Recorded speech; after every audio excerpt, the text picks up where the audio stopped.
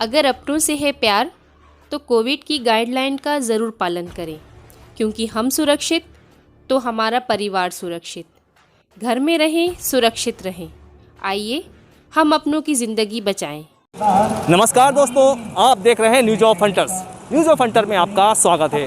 हम खड़े हैं बीना के सर्वोदय चौराहे पर और आज हम चर्चा करने वाले हैं कोरोना और लॉकडाउन पर। हमारे साथ दो खास मेहमान हैं, पत्रकार सत्यप्रकाश नायक, प्रेस क्लब अध्यक्ष, और बीटू राजपूत बंसल न्यूज़ चैनल से। इनसे हम बात करेंगे कोरोना और लॉकडाउन के बारे में। हमारे साथ खास मेहमान मौजूद हैं, सत्यप्रकाश नायक जी, वरिष्ठ पत्रकार। इनसे हम चर्चा करेंगे। नायक जी, आज बीना के जो हालात हैं, लेकिन जनता नहीं मान रही है, क्या कहना चाहेंगे आप? हालत तो पूरे देश में, प्रदेश में और बीना भी उससे अछूता नहीं है, बेहद ख़राब है।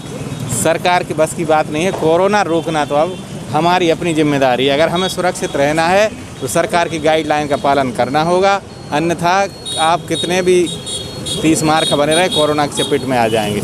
उसके बाद फिर आपके हाथ में कुछ नहीं बचेगा। सरकार का इलाज मिलेगा नहीं मिलेगा, ये तो बात की बात है। आज देखो, केंद्रीय मंत्री जैसे लोग ट्वीट करके कह रहे हैं कि उनके भाई के लिए बेड मिल जाए। ये एकमात्र ट्वीट बताता है कि ये स्थिति कितनी ख़राब है। कोरोना से बचाव खुद की जिम्मेदारी है, खुद को बचना है, सुरक्षित रहना है, अपना परिवार देखना है, तो घर में रहें, बाहर नहीं निकलें। एकमात्र बचाव यही है।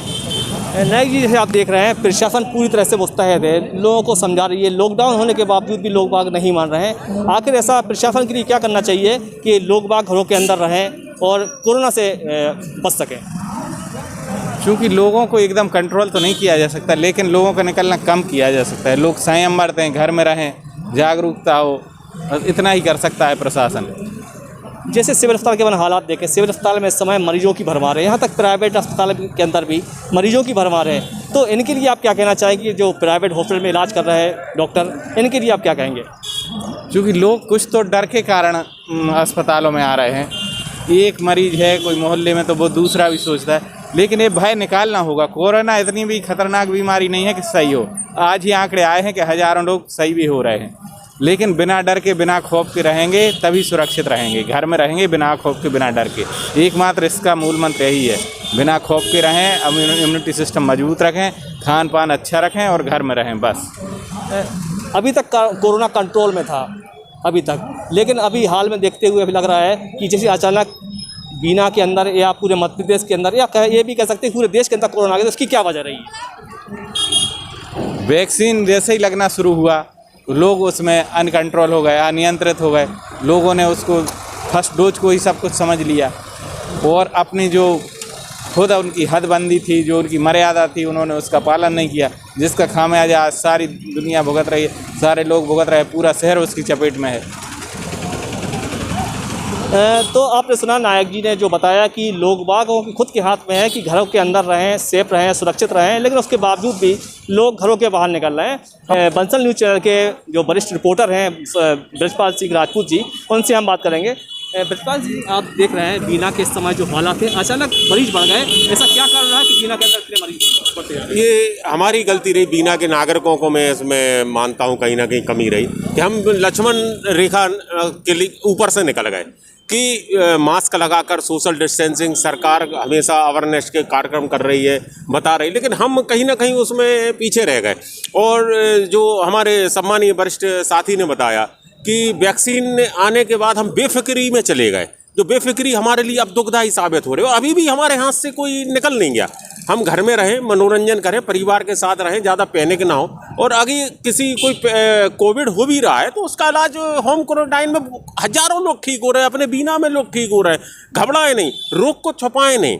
कई लोग हम देख रहे हैं कि 2 दिन पहले जो शासकीय अस्पताल में स्थिति थी बनी, उसमें कहीं ना कहीं मरीज और उनके परिजन ही दोषी मानता हूँ मैं। शासकीय अस्पताल की कोई गलती नहीं है कि आप घर पे अपने जो मरीज है वो अपने रोग को छुपाते रहे। जब उनके हाथ से निकलने लगा मरीज अपना, तो उसको लेकर शासकीय अस्पताल पहुंचे तो वहाँ ऑक्सीजन की कमी आई। आप पहले ही उसको शासकीय अस्पताल जाएं, कोविड टेस्ट कराएं, उसके बाद होम क्वारंटाइन होना होम क्वारंटाइन हो, कहीं हॉस्पिटलाइज हो तो हॉस्पिटलाइज हो।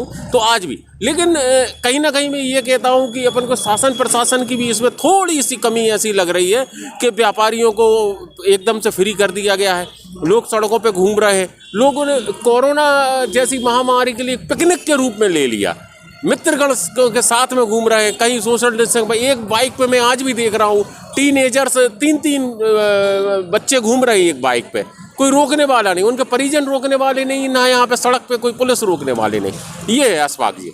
अच्छा देखिए, एक चीज़ और है, पहले भी हमने देखा है, लॉकडाउन भी देखा है, पहले कोरोना के हाल भी देखे, लेकिन आज की स्थिति को देख के लगता है कि प्रशासन जिस तरह से पहले सख्त हुआ करती थी कि पूरे मोहल्ले को सील कर दिया जाता था, मरीज को सागर लेके जाया करता, लेकिन इस समय आपको लगता है कि प्रशासन की भी कहीं ना कहीं ढील है इसमें? नहीं, प्रशासन की सोच इसमें मैं ये मानता हूँ, प्रशासन ये कह रहा है कि व्यक्ति दबाव में ना रहे, आम जन अपना कार्य भी करते रहें, विशेष कार्यों से घर के बाहर भी निकलते रहें। प्रशासन हमेशा अपना अलाउंस कर रहा है, लेकिन कहे विशेष कार्य की जगह लोग वैसे ही तफरी करने के लिए सड़कों पर निकल रहे हैं।